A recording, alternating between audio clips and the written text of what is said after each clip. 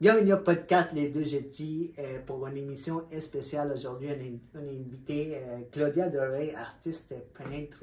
On a parlé de son parcours en tant qu'artiste. Oui, et on a aussi parlé de son processus. C'est quelqu'un qui fait de la peinture abstraite et elle nous a expliqué justement comment elle trouve ses idées, qu'est-ce qui inspire sa peinture et comment elle l'enseigne à des enfants aussi. Exactement. Fait que j'espère que vous allez aimer cet épisode parce qu'on a vraiment eu du fun à l'entrevue. Puis allez-y, écoutez ça.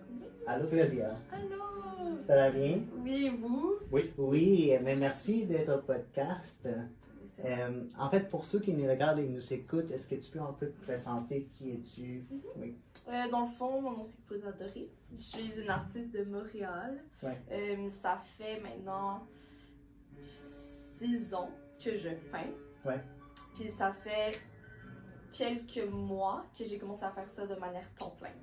Avant, c'était plus quelque chose que je faisais pendant 1 an. Avant ça, j'ai commencé à faire des expositions, mais j'avais aussi d'autres emplois. Puis là, c'est ça, en février, Oui. fin janvier, début février, j'ai décidé, ok, je me lance 100% dans l'art. Puis c'est ça. Donc ça, c'est un peu moi. Puis, Mais avant que tu te lances dans les arts, tu étais quand même quelqu'un qui était vraiment sportif. Parce que tu as quand même une histoire assez particulière. Puis si tu veux le partager, en fait, moi j'ai lu un peu tes entrevues que tu as faites, mais tu es tombé malade à l'âge de 14 ans. Mais avant, toi, ta passion, c'était comme le sport, c'est ça? Tu faisais beaucoup de sport. Ouais. Dans le fond, j'étais toujours orientée vers le sport. Je faisais énormément de cours. J'étais un enfant extrêmement énergique. OK. Donc, constamment, ma mère, c'est elle qui nous a vraiment éduqués quand on était jeunes. Mon père travaillait beaucoup. Ouais. Donc, elle nous apportait toujours faire des activités parce qu'on était 3 enfants, mais hyper comme vraiment actifs. Ouais. Ouais. Comme on avait de l'énergie pour 15. donc, ça a fait que on courait tout le temps, on allait au parc, on faisait plein d'activités. Puis, le sport, c'est juste quelque chose qui s'est intégré dans ma vie vraiment naturellement. Quel type de sport, là? J'ai fait beaucoup de soccer. Donc, je faisais du soccer extérieur et du futsal, donc intérieur. Puis, j'ai aussi fait du tennis pendant vraiment plusieurs années.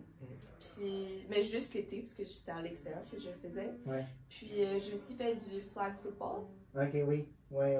Ouais. Donc, Tu n'as pas fait ça, toi? Non. En fait, c'est ça. Qu'est-ce que Mais en c'est? fait, c'est comme du football américain, mais dans les côtés, t'es comme ouais, des drapeaux. Puis, dans le fond, au lieu de Ok. tackle, c'est tu t'arraches le t'enlèves, drapeau. Ouais. C'est souvent ça au secondaire. Ouais. Donc, c'est ça. Donc, j'ai fait du flag football aussi. Mais j'étais vraiment orientée vers le sport. J'adorais ça. Ouais. Puis, à l'âge de 14 ans, je suis tombée malade. J'étais à une game de soccer. Puis, dans le fond, en 3 secondes, j'ai complètement perdu la tête. Je savais juste pas où j'étais. Je savais pas ce que je faisais. J'étais juste immobile dans le plein milieu du court. Ouais. Puis du terrain. Puis mon coach a réalisé. Donc, il m'a demandé de sortir parce que je bougeais plus. Puis je suis rentrée chez moi cette soirée-là, puis j'étais un peu confuse. Puis je me rappelle plus vraiment qu'est-ce qui s'est passé. Puis le lendemain, je me réveille et j'ai énormément de difficultés à marcher. Comme presque aucune capacité de marcher. Mon corps est hyper lourd, je suis vraiment en douleur. Donc là, c'était rendu samedi. Donc je me disais, ok, lundi, je vais aller voir mon docteur. Le lendemain, je me réveille le dimanche et je ne peux plus bouger. J'ai les jambes comme tellement lourdes que physiquement, je n'avais plus la force pour les tenir. Ouais. Puis ça a duré pendant comme 2 semaines où je pouvais zéro bouger. Donc j'étais vraiment dépendante de ma mère. Elle devait s'occuper de moi à 100%. Ouais. Après ça, j'ai eu comme 2 semaines où ça allait mieux. Puis après ça, c'est revenu à ce que c'était. Donc c'était vraiment phase, mais j'étais en douleur chronique. C'est chronique, ouais. Ouais, puis comme je dormais avec des mal de tête, bouger dans mon lit c'était hyper difficile. Donc si j'étais pas dans la bonne position en m'endormant, j'étais pris dans cette position. Donc c'est devenu vraiment difficile. Puis c'est quelque chose auquel j'avais vraiment honte. Puis donc j'en ai pas parlé avec mes amis. Pour moi c'était vraiment quelque chose comme les journées où je vais mieux, c'est les journées que je vais voir le monde. Puis après ça comme je vais faire de mon mieux pour faire comme si rien n'était et après ça, je vais T'allais à l'école quand même, tu sais? Non. Non. Donc, j'allais vraiment rarement à l'école. Ouais. J'allais me présenter comme une journée ou 2-3 semaines, même pas. Puis c'était des demi-journées que je faisais. Puis j'avais eu tellement de commotions dans le passé, donc je pense que le monde a juste assumé que c'était mes commotions. Ok. Puis c'est juste un peu resté à ça, puis c'était pas vraiment quelque chose auquel je parlais, dont je parlais. Puis pour moi, ça a été un immense deuil, parce que le sport, c'était ma vie. Puis moi, dans ma tête, c'était comme, j'allais trouver quelque chose, puis j'allais faire comme le sport, ça allait être ma vie entière. T'allais faire ça professionnellement, tu dis? Non, mais j'aurais voulu faire comme un type de sport de manière comme presque autant qu'un emploi à temps plein. Comme j'aurais voulu, mais tu sais, c'était pas. J'avais aucune capacité pour pouvoir me rendre aux Olympiques ou quoi que ce soit. C'est plus. À la Coupe du Monde. non, c'est ça. C'était plus. C'était juste. Quand j'avais du temps libre, j'allais consacrer mon temps au sport.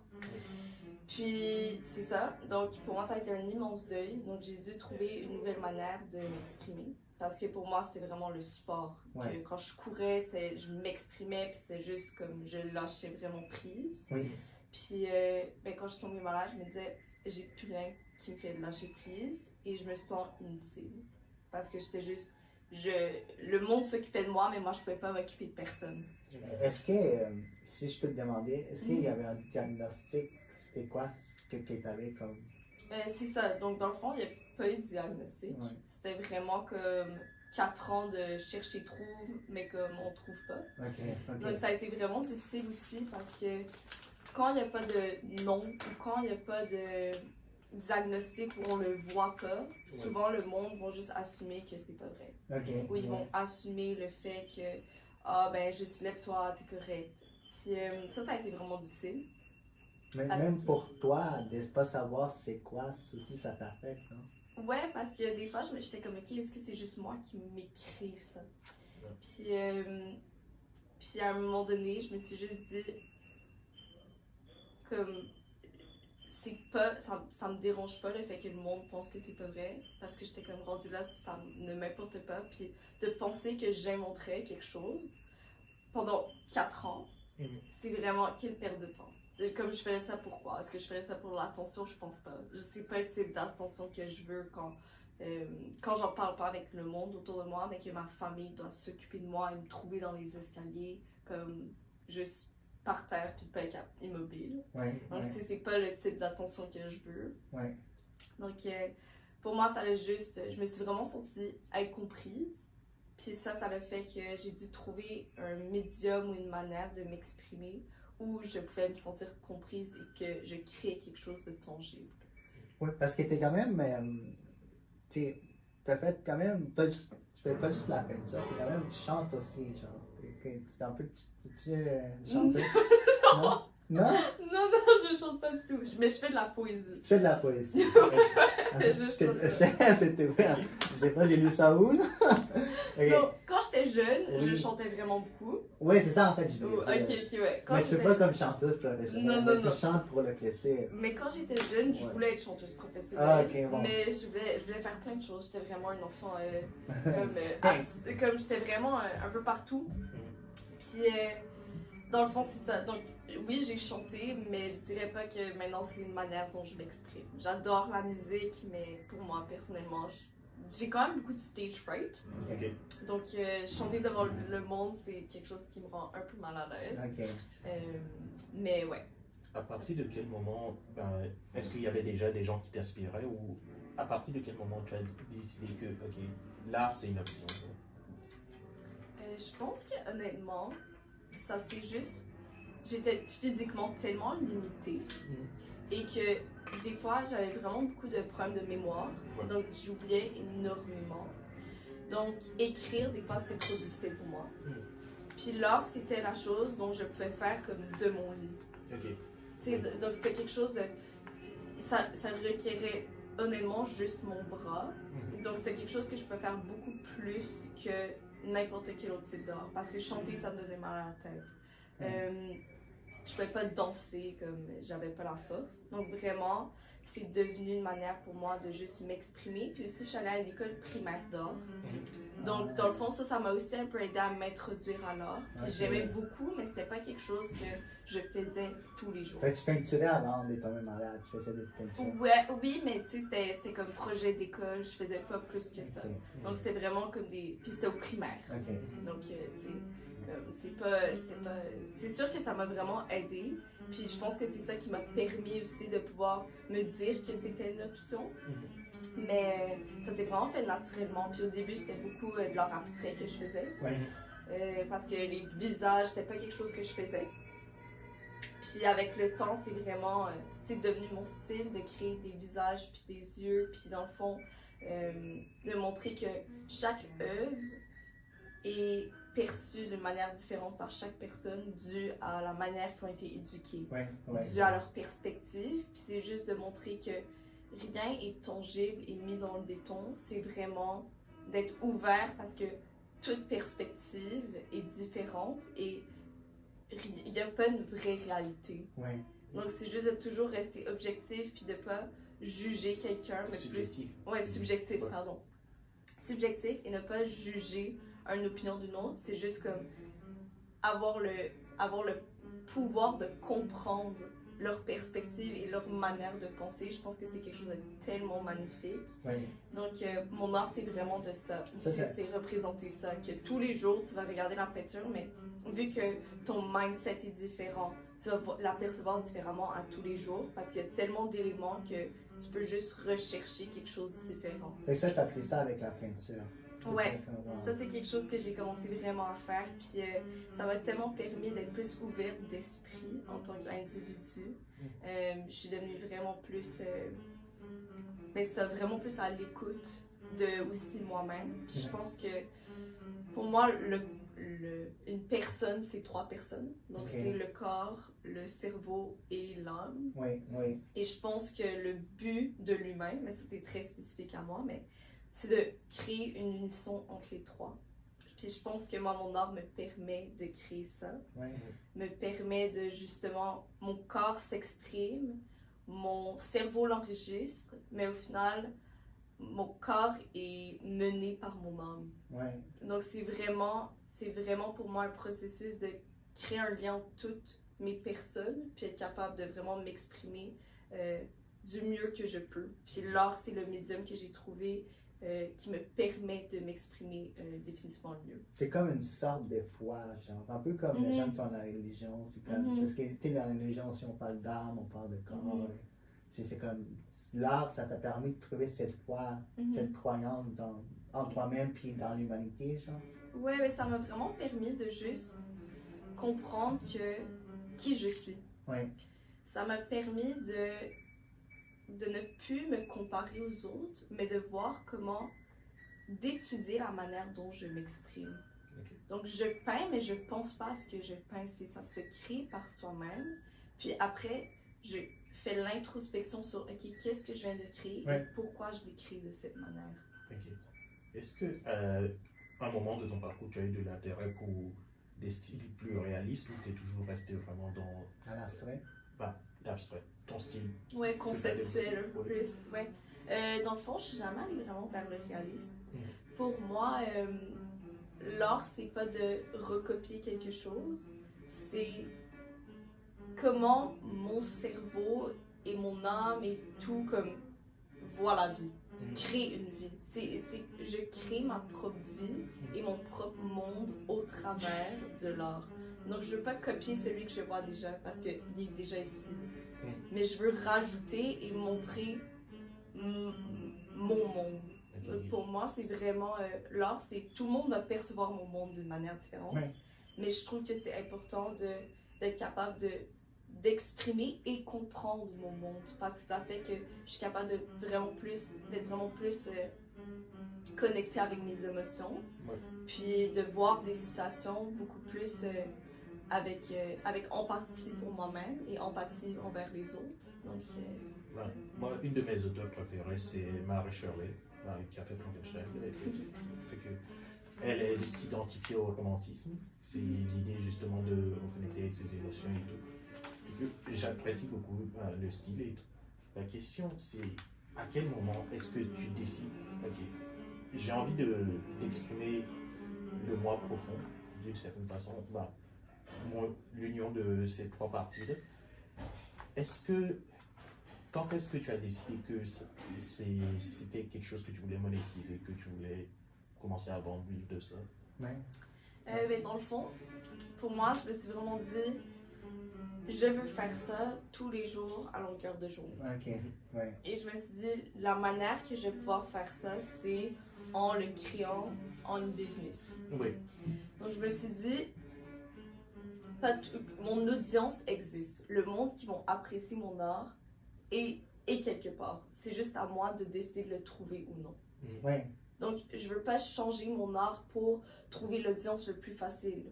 Je veux juste, moi, m'exprimer et montrer qui je suis pour que mon audience puisse aussi avoir accès à qui je suis. Comment tu fais pour mettre la valeur sur une des peintures? Genre, mais quand tu dis ça va coûter tel prix, comment tu fais? Ben dans le fond, c'est... Ça, je trouve ça, honnêtement, je trouve que c'est un processus hyper difficile. Ouais. Parce que ça doit être à quel point tu es connu, le nombre d'expositions que tu as fait. Ouais. Puis certains, c'est comme, tu vas mettre 100 heures sur une toile, mais tu peux pas la vendre à comme 15 000 $ parce que tu n'es pas encore connu. Mais pour moi, c'est des contraintes qu'on se met et non des contraintes qui sont réellement un fait. Donc, si je voudrais la vendre à 15 000 $, je pourrais. Ouais. Mais c'est juste que j'ai encore cette idée qu'en ce moment, je suis pas encore assez reconnue pour pouvoir mettre ce prix. Pour moi, quand je faisais mon secondaire, j'ai fait mon secondaire en art plastique. Okay. Et la notion qu'on avait, c'était coût plus matériaux, plus le nombre d'heures fois salaire minimum, en gros, au départ. Et après ça, c'est différent pour des commissions, c'est différent pour quelque chose que tu fais personnellement, mais l'idée c'est, si tu peux répondre à un besoin spécifique, ça dépend de la valeur que ce besoin a pour quelqu'un d'autre. Admettons, si quelqu'un vient me voir et me dit, fais le logo d'une compagnie, et que c'est une compagnie qui fait 300 000 de chiffre d'affaires par année, je ne vais pas lui vendre ça à 3 pièces. C'est que il y a cette notion-là. Est-ce que tu utilises ces principes-là? Est-ce que tu fais des commissions? Ça reste du travail très personnel? Je fais des commissions, mais je suis très... pour moi, c'est très important d'avoir la flexibilité et d'avoir d'abord le processus de création qui m'appartient. Ouais.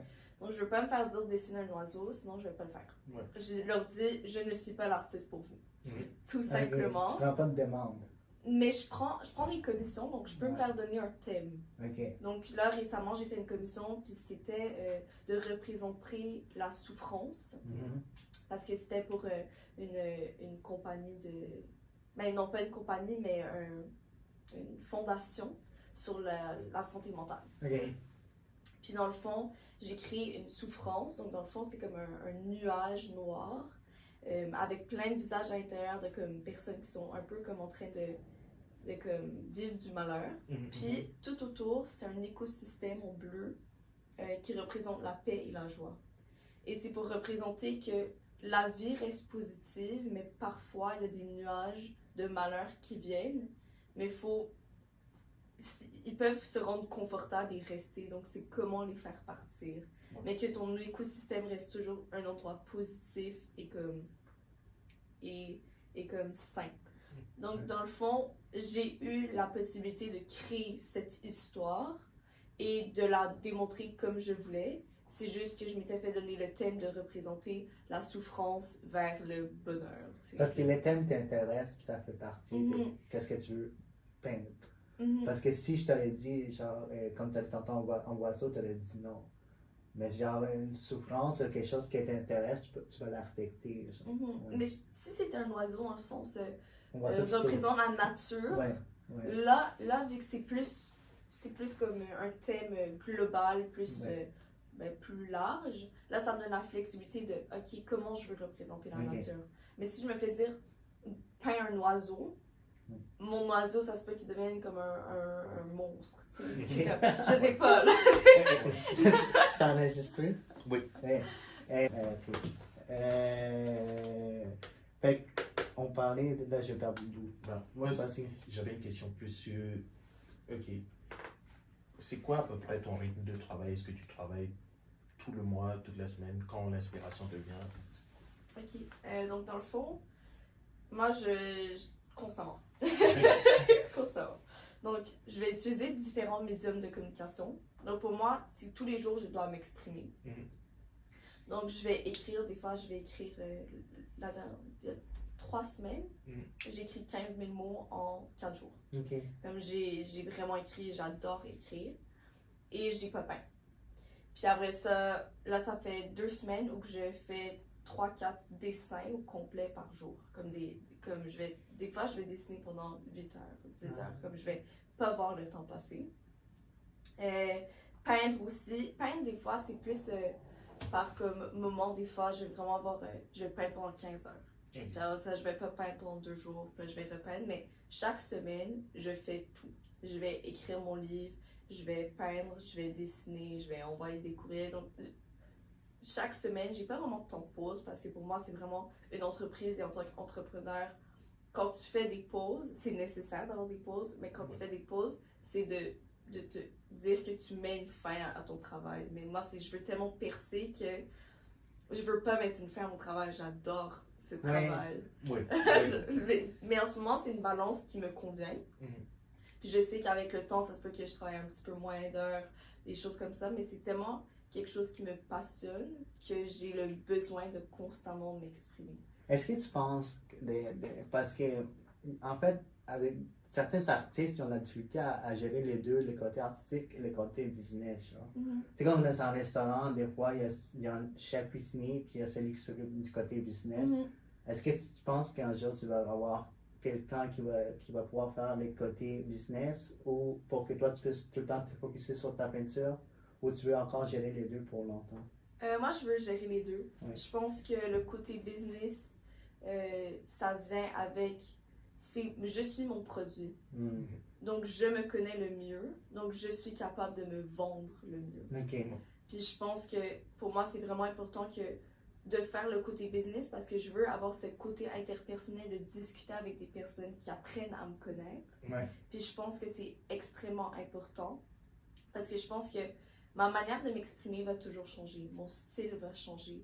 Donc je pense que quand je crée des liens interpersonnels, c'est ça qui me permet et me donne une valeur. Ok. Parce que le monde va vouloir suivre mon évolution si on connecte avec moi. Donc pour moi, je veux vraiment toujours m'occuper des deux. Ouais. Je pense que c'est vraiment quelque chose que... Mais je pense que c'est la manière que je serais le plus capable de m'exprimer et démontrer je suis qui. Parce que... Parce qu'il y a à un moment donné, surtout ceux qui sont vraiment connus comme un manager, puis c'est quoi tout ça. Genre, est-ce que tu penses que ça c'est correct? Ou dans le sens, parce que dans le temps, parce que j'ai connu des gens, des musiciens comme dit, moi les côtés business ça m'intéresse pas, je vais juste développer ma musique. Mais en même temps, sans les côtés business, comme tu dis, tu peux pas travailler tous les jours, tu faut que tu aies de l'argent qui rentre dès ces côtés artistiques pour que tu puisses continuer. Il faut que tu aies de l'argent. Sinon, tu vas te retrouver à perdre de l'art sans avoir de l'argent. Ouais. Mais je pense que ça dépend. Ouais. Je pense que certaines personnes, peut-être qu'ils veulent faire le côté artistique, mais je pense qu'en tant qu'artiste, tu dois reconnaître que tu peux aller avec quelqu'un d'autre si tu veux. Si tu as l'argent pour payer un manager, si tu veux le faire comme ça, tu es le bienvenu. Mais moi, personnellement, je pense que ça vient ensemble. Ouais. Puis j'ai pas l'envie d'avoir une autre personne. Peut-être éventuellement, si je reçois trop de courriels, quelqu'un regarde mes courriels. C'est comme une job étudiante, il regarde mes courriels, ils m'envoient l'information. Ok. Mais ça va pas être des personnes qui vont me trouver mes contrats, des personnes qui vont solliciter des galeries d'art. Moi, je veux vraiment que ce soit moi. Ouais. Puis je veux garder justement ce côté authentique. Puis je pense que c'est correct que d'autres personnes le font différemment, mais c'est juste pour moi personnellement. Je pense que ça fait partie de ma valeur d'être capable de créer ces connexions interpersonnelles. Ça n'empêche pas ta créativité, là, non. C'est ça exactement. Non, moi-même au contraire, je trouve que ça me permet je trouve que m'exprimer aussi à l'oral, c'est quelque chose qui fait partie de mon art. Donc je pense que justement ça rajoute une valeur même, puis ça l'enlève pas ma créativité. Des fois, ça me permet juste de créer des nouvelles idées. Donc, je pense que c'est vraiment pas au détriment de ma créativité. Oui, parce que là, c'est récent là, que tu fais ça vraiment temps plein. Ouais. Je pense que c'est février l'année passée ou quelque chose comme Non, ça. non, février de cette année. Ouais, ça fait 3 mois. Ça fait juste 3 mois. Ouais, mais ça fait un peu plus qu'un an que je fais ça de manière quand même assez sérieuse, que c'est ma priorité, mais que je travaillais aussi en recrutement, en informatique, de manière temps partiel. Donc, c'était 3 jours semaine, mais c'était quand même un autre emploi que j'avais simultanément, mais maintenant j'ai quitté cet emploi pour vraiment faire ça de temps plein. Mais maintenant, tu fais aussi des cours pour des jeunes au primaire, je pense. Ouais, au secondaire. Secondaire, oui, secondaire. C'est ça. Je donne des cours d'art. Oui. Dans une école alternative au Myland. Puis pour moi, c'est vraiment important que mes étudiants aient accès à cette créativité, parce que je pense que l'école, souvent, elle nous met dans une boîte, puis nous dit « Ah, vous avez une certaine créativité, mais on va essayer de la ramener à un certain moule. » Puis moi, je suis complètement contre cette idée. Pour moi, c'est la manière dont tu t'exprimes, c'est ta valeur. La manière dont tu fais les choses, c'est ta valeur. Puis c'est après d'essayer de travailler avec tes outils ou les outils que tu te fais offrir, de comprendre qui tu es. Et non de t'ajuster à ce que la société dit qui est bien. Comme les notes à l'école, tu sais. Les notes à l'école, c'est te mettre une valeur par rapport à un standard, mais ton standard devrait toujours être toi-même. Exactement. Peut-être c'est ma perception, mais j'ai toujours l'impression que c'était plus une question de maturité dans un sens, cet aspect de créativité. Parce que ce soit au primaire, au secondaire ou maintenant, il y a toujours eu l'opportunité de participer à des activités en plus, là, mettons, de s'impliquer dans une association ou dans des cours d'art, des trucs du genre. Mais j'avais l'impression souvent que c'était moins intéressant juste en termes de connaissance de soi. Je sais même pas que ça m'intéresse, donc pourquoi je vais aller là-bas? Je sais pas, est-ce que dans ta relation avec tes étudiants, tu retrouves ça, tu vois des perceptions différentes? C'est sûr, mais moi je pense pas nécessairement que ça vient avec la maturité. Je pense que c'est quelque chose qu'on perd justement au travers du système d'éducation. Parce que quand c'est avec des enfants, des tout petits enfants, il y a 2 jours j'étais au Vieux-Port, puis j'étais en train de dessiner parce qu'il y avait un homme qui jouait de la musique, donc j'ai adoré, puis je me suis assise, puis j'ai commencé à dessiner. Et 2 petites filles sont venues me voir, puis elles ont commencé à regarder mon dessin avec comme des gros yeux. Donc je leur ai montré mon livre de dessin. Puis à la fin, je leur ai ouvert 2 pages blanches, puis je leur ai dit ce qu'ils voulaient dessiner. Puis elles ont pris le crayon et directement elles dessinaient. Directement, elles dessinaient tout ce qu'elles pensaient, puis leur mère est venue me voir, et elle était comme ouais, elle dessine beaucoup d'yeux comme ça, elle dessine des signes, puis la plus petite elle a commencé à faire des personnages, puis même à un tout petit âge, elle avait 2 ans et 4 ans. 2 ans et 4 ans. Puis elles avaient un style, elles avaient une manière de s'exprimer, quelque chose qui était récurrent. Puis je pense qu'on se fait dire que la manière dont on le fait est mal, donc on le perd. Puis je pense que c'est justement de permettre quand on est jeune, de permettre à cette personne de le développer par soi-même et de grandir avec ça. Je pense qu'à l'école, on se fait dire, on met des notes alors. Oui, mais en même temps, tu sais, dans les classes d'art plastique, c'est très limité, c'est juste en standard. Il faut que tu tombes dans le standard pour que la prof puisse te donner une note. Si tu fais quelque chose de différent du standard qu'elle te dit de faire, tu sais, ça va pas vouloir une note de plus grande. Fait que, mettons, elle dit dessine une maison, mais fais-la de même. Puis moi, j'ai dessiné une maison totalement différente. Elle va prendre ça, puis elle va dire, mais ça ne fit pas dans comment je vais te donner une note. Fait que je vais te donner en C ou en D, ou genre 59%. Mais je pense que c'est ça le problème. C'est comme une limite. Nuance. Ben, j'ai l'impression que, en tout cas, le minimum requis pour un prof, c'est de s'assurer que l'étudiant comprenne une notion.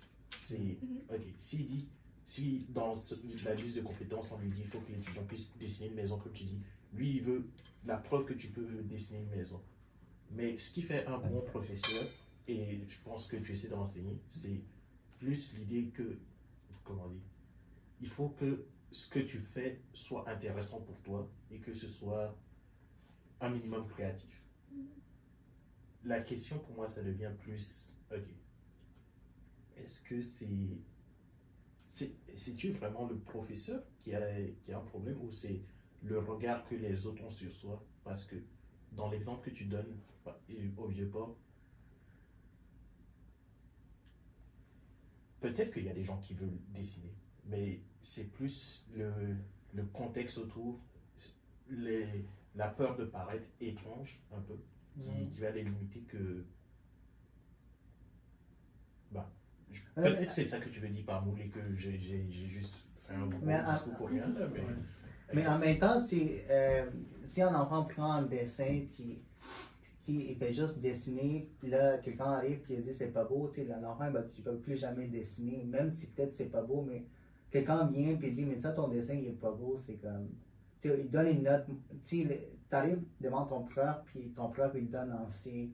Est-ce que ton dessin est moins beau que celui qui a A+? Je sais pas si tu comprends. Oui, mais je comprends. Mais en même temps, il y a beaucoup de gens qui vont se limiter parce qu'on m'a dit, oh, je ne sais pas dessiner. Tu sais, tout le monde peut dessiner quelque chose, mais si c'est pas beau aux yeux de cette personne, ils vont arrêter de dessiner, de s'exprimer, genre. Mais je pense que c'est l'idée que le produit final détermine la beauté de quelque chose. Pour moi, ça c'est pas la beauté. Ce n'est pas la beauté. Pour moi, c'est est-ce que tu comprends pourquoi tu as créé cette chose et que tu l'as créée comme ça? Mes étudiants, c'est exactement ça.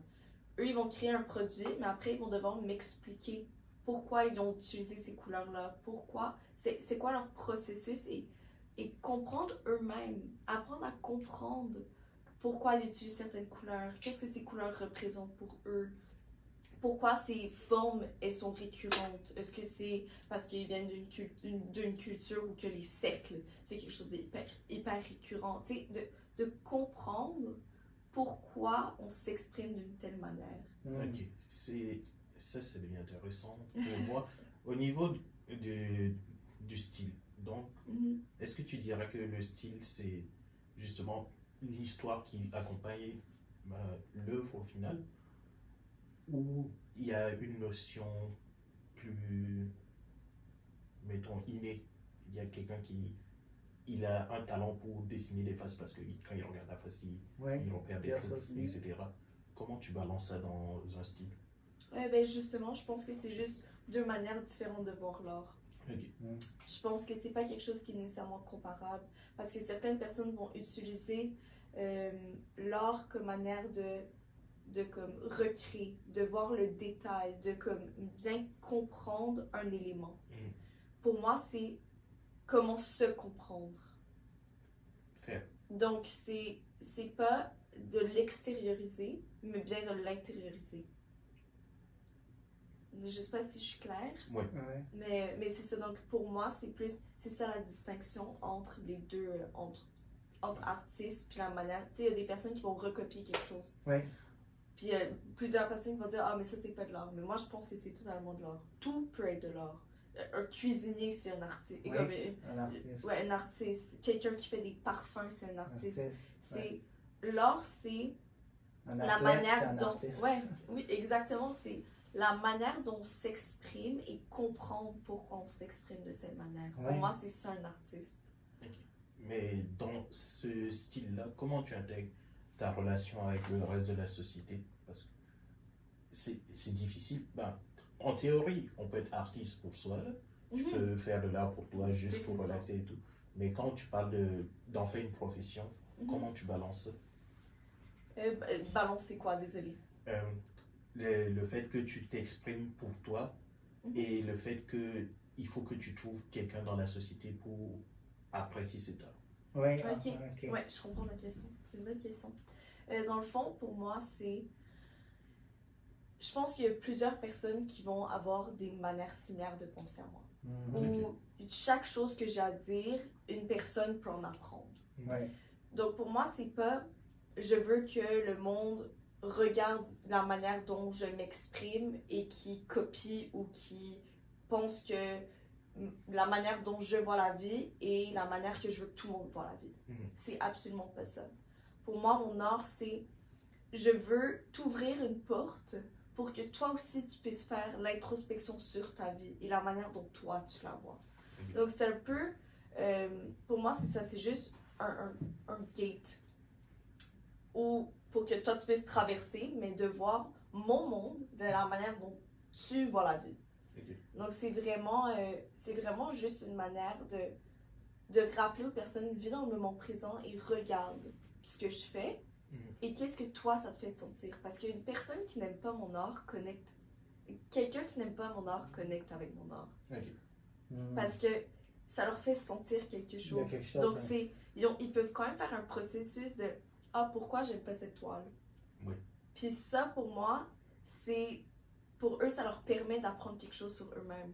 Oui, mais tu vas trouver une audience. Parce qu'on n'est pas tous fans de Picasso, pareil. C'est vrai. Je me sens offensé un peu. Non, mais c'est vrai, là, mais certainement, on est 8 milliards. Je pense pas qu'on est tous fans de Picasso. Il y en a qui sont fans d'autres peintres. Fait que tu sais, t'es quand même une audience des gens qui vont apprécier ta peinture, puis il y en a qui vont peut-être moins apprécier, puis il y en a qui vont juste regarder, puis vont, genre, c'est neutre, ils vont rien penser, ils vont juste passer à côté. Ouais, c'est tellement.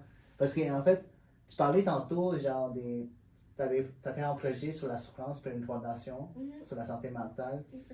Qu'est-ce que en fait, qu'est-ce que la peinture t'a aidé au niveau de la santé mentale? Comment est-ce que les gens puissent, au niveau de la santé mentale, comment est-ce que les gens pourraient apprécier l'art et tout? Pour toi, en fait.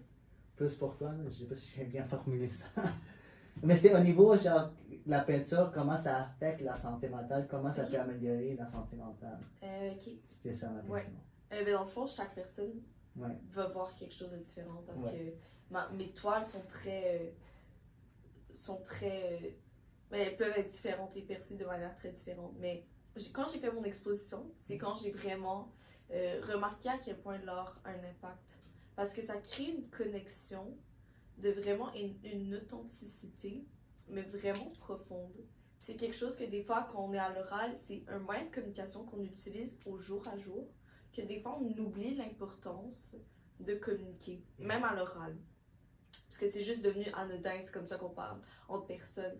Mais quand tu utilises un autre médium pour t'exprimer, on dirait qu'il y a cette depth, profondeur, merci. Une profondeur qui vient chercher une personne de plus faire de l'introspection. Puis quand je parlais, il y a une fille qui est arrivée à côté de moi. Puis elle était avec une de ses amies, puis ça faisait vraiment longtemps qu'elle regardait ma toile. Donc j'étais comme ah, qu'est-ce que t'en penses, tu sais?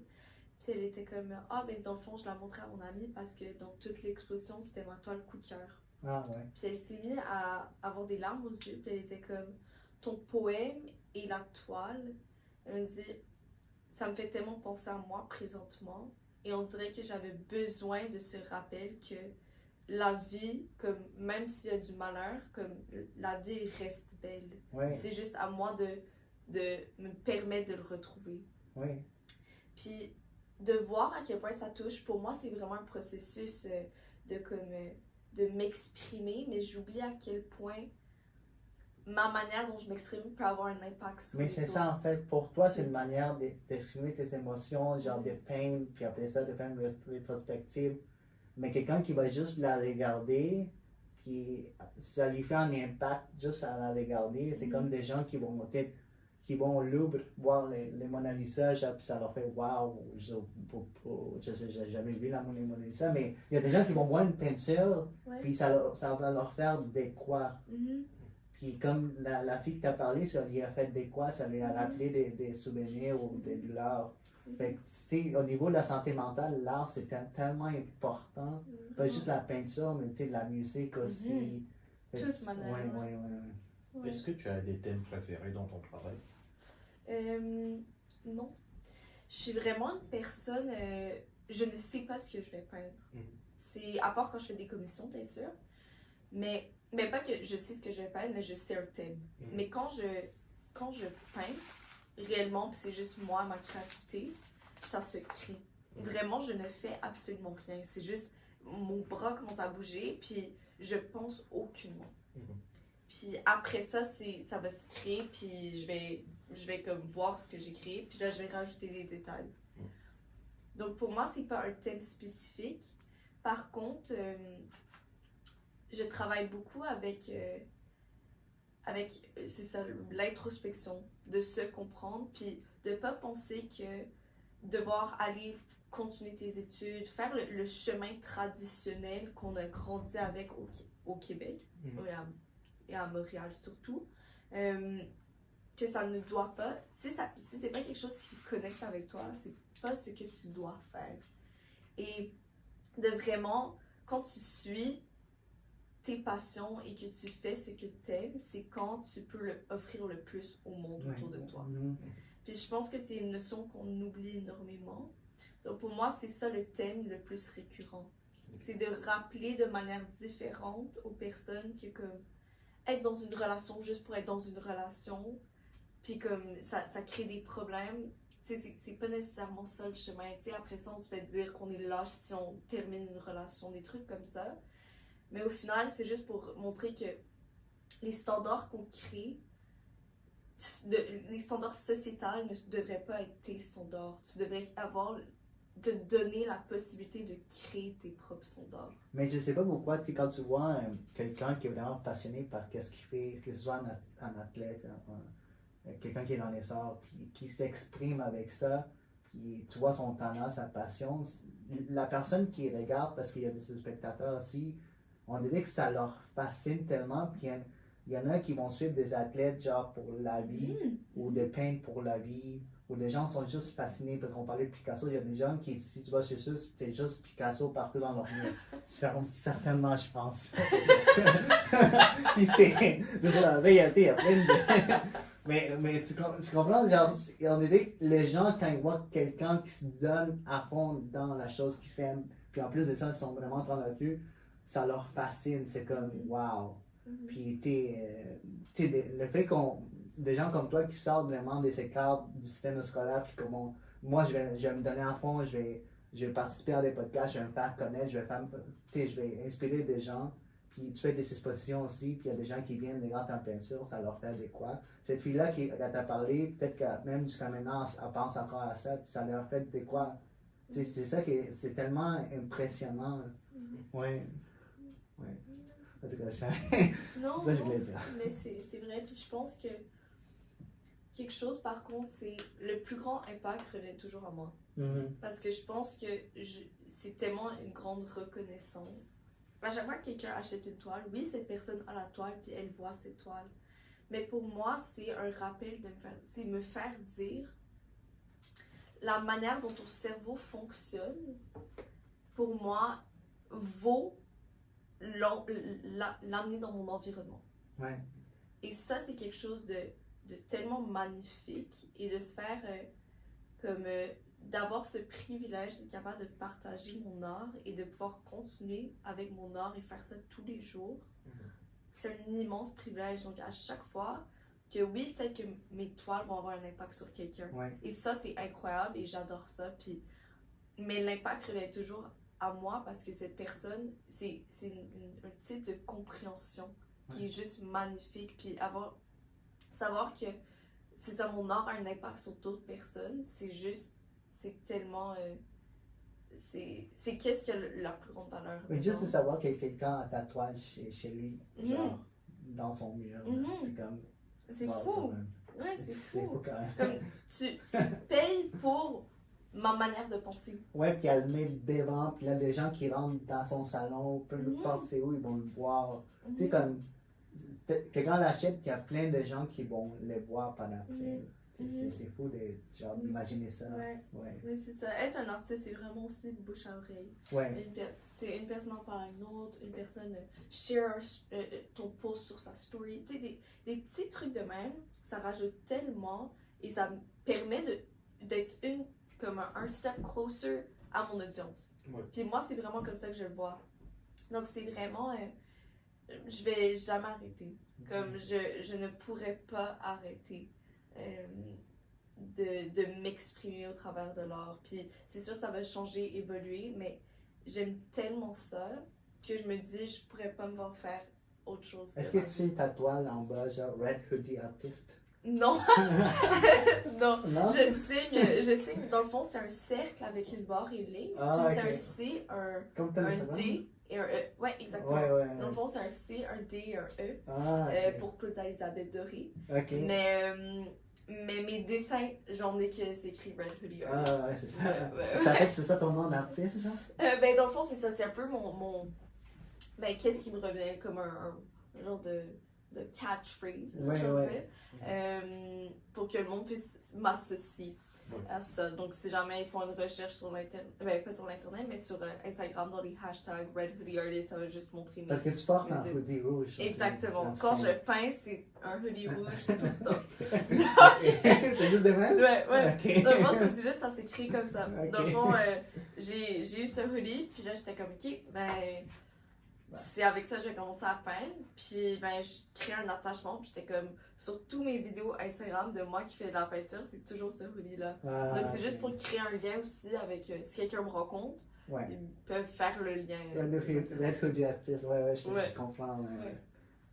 Ben, tu parlais des réseaux sociaux. Est-ce que les nouvelles formes de technologie ont eu un impact sur la façon dont tu produis de l'art? On te parlait, par exemple, on sait que l'année dernière, il y a eu beaucoup d'engouement pour les NFT, des trucs du genre. Est-ce que ça a affecté la façon dont tu fais les art?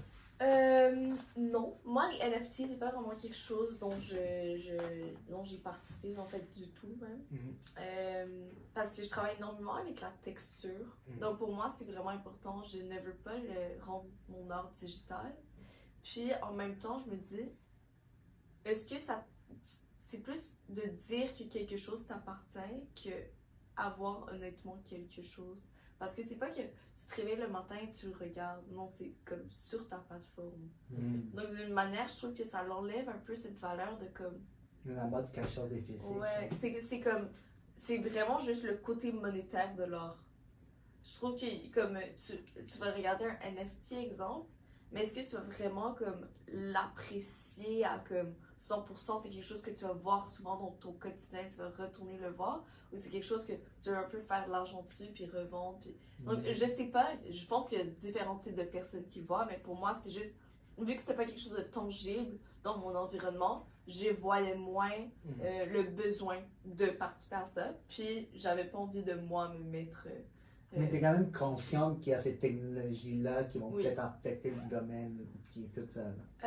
Oui, mais pour moi, je me dis, mon audience va comprendre mon art à un point que c'est pas comme... Moi, honnêtement, je ne vois pas les autres choses comme de la compétition. C'est plus... Ça se peut qu'il y ait beaucoup de personnes qui aiment les NFT, il y a beaucoup de personnes qui aiment le AI art, des trucs de même, mais je me dis, le monde qui vont apprécier mon art vont pas nécessairement essayer de recréer mon art en quelque chose comme fait par AI. Peut-être, mais rendu là, c'est pas les acheteurs que je veux. Donc pour moi, c'est vraiment pas... C'est pas comme un stress. Pour moi, c'est vraiment je crée et le monde qui veut l'acheter, tant mieux. Le monde qui veut pas acheter, et puis s'il l'apprécie, tant mieux. S'il l'apprécie pas, tant mieux. Tu sais, je suis vraiment pas... je crée pas de comparaison avec qu'est-ce qu'il y a à l'extérieur. C'est vraiment juste mon monde que j'exprime. Puis après ça, rendu là, dépendant de la compétition, il y a de la compétition dans tout, à tout niveau, dans tout métier. Ouais, exactement. Donc c'est... Pour moi, c'est juste...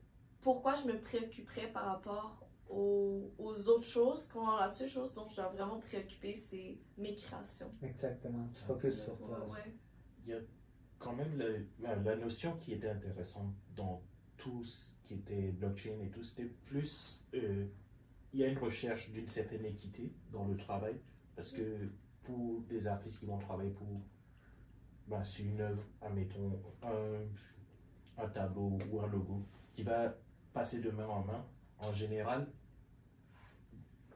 quand on parle de grosses sommes, ça va devenir de la spéculation à un moment donné sur le travail que cet artiste, qui représente cet artiste d'une certaine façon.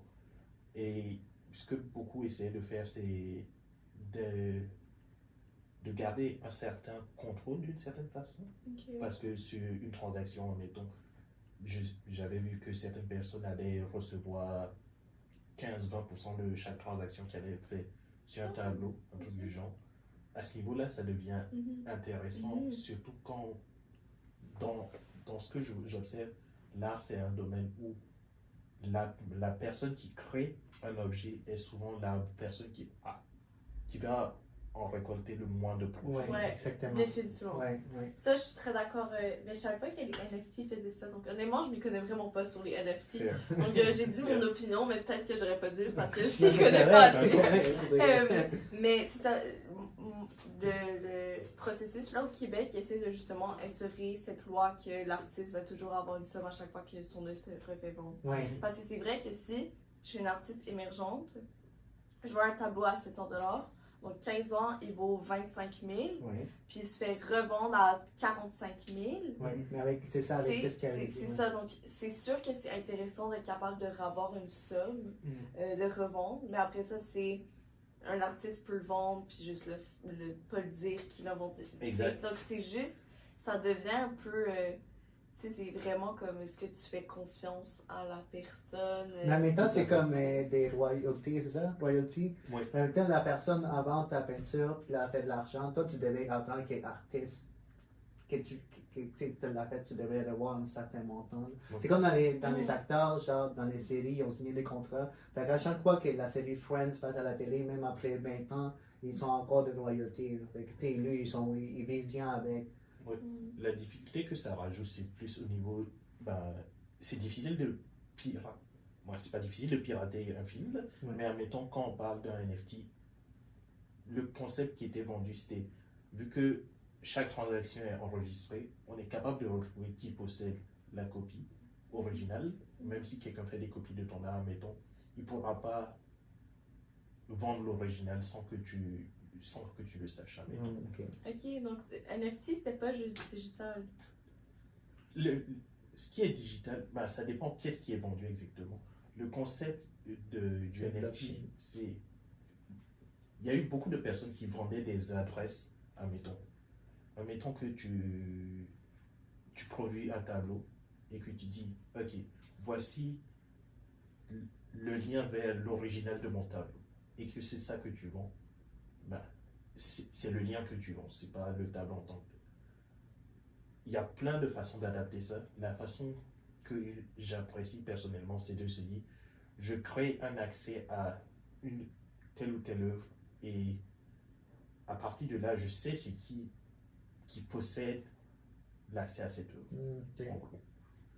Idéalement, ce serait ça, mais il y a beaucoup de personnes qui s'en sont servies pour produire des images à la chaîne et ça va prendre quelques années, mais il y a peu de chances que ça reste aussi longtemps que des artistes qui s'intéressent vraiment à ce que ces technologies peuvent faire. Ouais, quand même, c'est vraiment intéressant pour de vrai. Comme la technologie blockchain et tout, c'est quelque chose que ça va affecter beaucoup d'industries. Mais j'ai regardé ton site web, puis peut-être juste pour conclure sur ça. Ouais, pas de problème. J'aime dans ton portfolio parce que tu sais, tu fais de la poésie. Fait à chaque fois que tu mets une peinture, le texte est écrit, c'est toi qui l'écris. Hein? Ouais.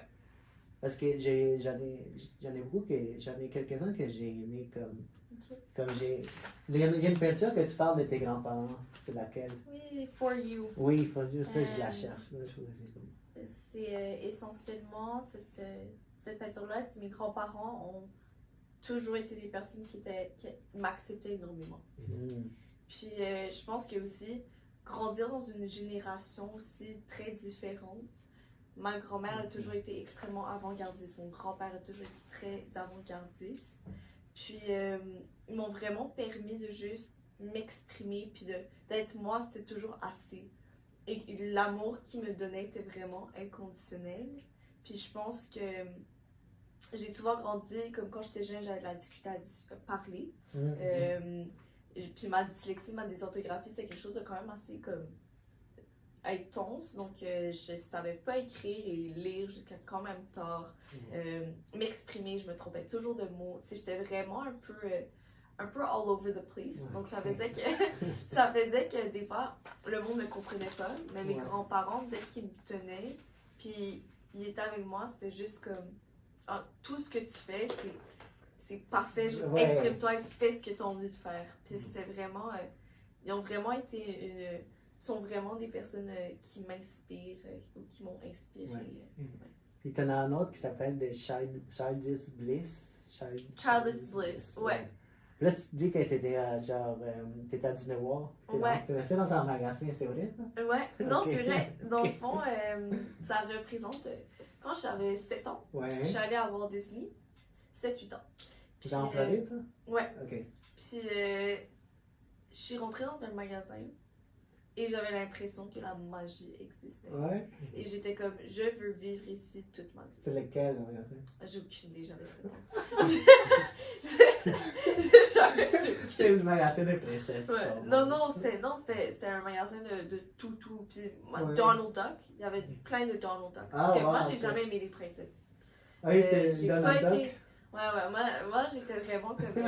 À 3 ans, on avait une sortie, puis c'était.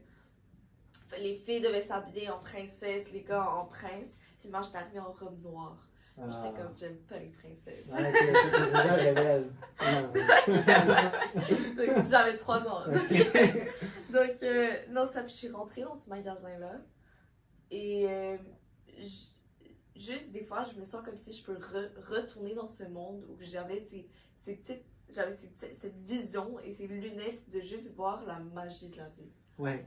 Puis dans le fond, c'est ça que j'ai un peu recréé au travers de cette peinture, c'est que j'ai repris cette émotion sans m'en rendre compte. Puis j'ai créé un personnage qui m'a vraiment fait penser à ce magasin-là. À Donald Duck?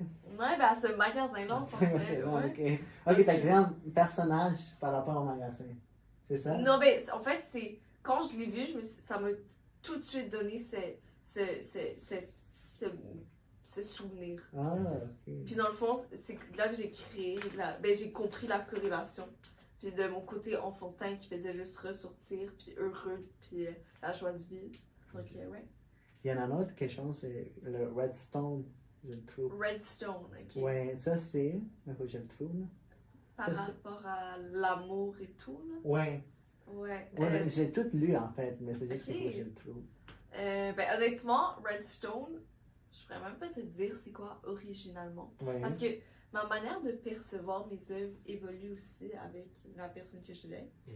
Donc, les textes que j'écris, c'est ma première impression de ma toile. Okay. Dans ce moment-là, comment je me suis sentie quand je l'ai créé, ben, qu'est-ce que ça représentait. Puis certaines de mes toiles, justement, maintenant je les regarde et j'ai juste plus la même définition. Ouais. C'est comme, donc là, je pourrais même pas te dire un peu c'est quoi. Je pense que ça représentait un peu la toxicité et des films qui donnent une idée de l'amour et comment. Ouais, je pense que c'était par rapport à ça. C'est ça, tu parles de films ici, ouais. The Crazy Love Stories from Movies. Ouais. La couleur de la passion, genre. Ouais. Mais c'est quand même noir, c'est genre des couleurs plus dark. C'est ça, ça représente dans le fond le fait qu'on idéalise l'amour. Puis la manière dont c'est fait, où qu'on dit un peu la femme s'occupe de l'homme et que l'homme, comme l'homme est sa propre personne, mais la femme. Puis là, il y a comme une toxicité dans la relation de qui a un peu le pouvoir émotionnel. Ouais. C'est quelque chose qui est hyper récurrent dans des relations. Puis dans le fond, je revendique un peu cette idée-là, de dire comme. C'est quand qu'on va vraiment montrer des vraies relations, puis arrêter de faire comme si, comme projeter nos insécurités sur notre partenaire. Je pense que c'est tellement important d'être heureux avec soi-même et en paix avec soi-même pour être capable d'entrer dans une relation. Parce que sinon, c'est sûr qu'on va projeter des choses sur notre partenaire, puis ça, la personne ne le mérite pas. Donc, c'est ça, dans le fond, je représente un peu. Fait que toutes ces toiles, ces peintures sont genre, les gens peuvent te contacter s'il y en a une. Il y en a qui sont vendues, je pense. Il y en a qui sont. Fait que les gens peuvent. Est-ce qu'il y a des événements, tu parlais de ton exposition, est-ce qu'il y aura d'autres événements qui sont accessibles? C'est ça, donc là, j'ai un événement le 17 non, le 16, pardon. Le 16 avril, mais c'est à Québec, la ville de Québec. Donc, dans le fond, c'est une compétition d'art. Sinon, en mai, j'aimerais faire ma propre exposition solo. Alors, ça, c'est trouver la salle dans laquelle je veux faire. On va être là. Parfait. Ouais, ça va faire plaisir de vous voir. OK. Au mois de mai. Puis c'est ça, donc ça c'est quelque chose que j'aimerais faire, mais tu sais, c'est aussi quelque chose, c'est quand même un gros coût. Donc ce que je veux faire, que c'est des ventes de billets, mais pas cher, comme à 5-10$, juste pour être capable de m'aider à payer une partie de la salle, ou est-ce que je veux le rendre plus accessible, que ça soit gratuit, puis c'est par donation, donc il y a un peu cette flexibilité-là. C'est toutes des choses à voir, mais je pense que je vais aller plus avec l'option de la donation, parce que je me dis, je veux pas que mon art soit limité à certaines personnes. Je veux qu'il y ait cette flexibilité que tout le monde peut l'avoir. C'est quoi ton site web? C'est un choix ambitieux. Ouais, tu trouves? Ouais. Hein? Il y a toujours... c'est comme... Oui. Si tu veux venir critiquer mon art ou l'apprécier, je me dis, faut que tu payes. Tu penses? Ouais. Ok. Mais les musées d'art sont pas gratuits. Ouais, c'est comme... Choix ambitieux, généreux, mais ambitieux. Ok. Mais je Mais pense... ça, 100$ d'entrée. La personne va venir. Mais en fait, pour ceux qui les regardent et nous écoutent, ton site web, c'est... claudiadoréart.com. Puis Instagram. claudiaed.art. Okay. Mais Doré, c'est D-O-R-E-Y. Ouais. Fait que nous, on va mettre tous les liens pour que vous puissiez communiquer avec Claudia. Puis on va mettre ça dans la discussion du podcast. Parfait. Mais merci beaucoup d'avoir reçu. Mais oui, Merci c'est à toi. vraiment intéressant. Oui. On n'a pas parlé de ton application des marijuana, là, du cannabis. Ah oui, mais... Ça va être pour notre prochain podcast. On va laisser du suspense. Yeah. On n'est pas juste la fin de ça. Là. Non. Pas de projet. Mais merci beaucoup, Claudia. C'était vraiment intéressant. Puis j'espère que vous avez aimé ce podcast. Puis n'oubliez pas de vous abonner à la chaîne YouTube. Puis on est sur Spotify. Fait que merci. Ciao. Ciao. J'ai mes notes. J'écris vraiment mal. C'est pour ça. Est-ce que t'écris souvent? Hein? Est-ce que t'écris souvent? Non, mais j'écris juste pour des notes de podcast. Ok. Regarde, c'est comme ça, c'est mes notes. Là. Ok. C'est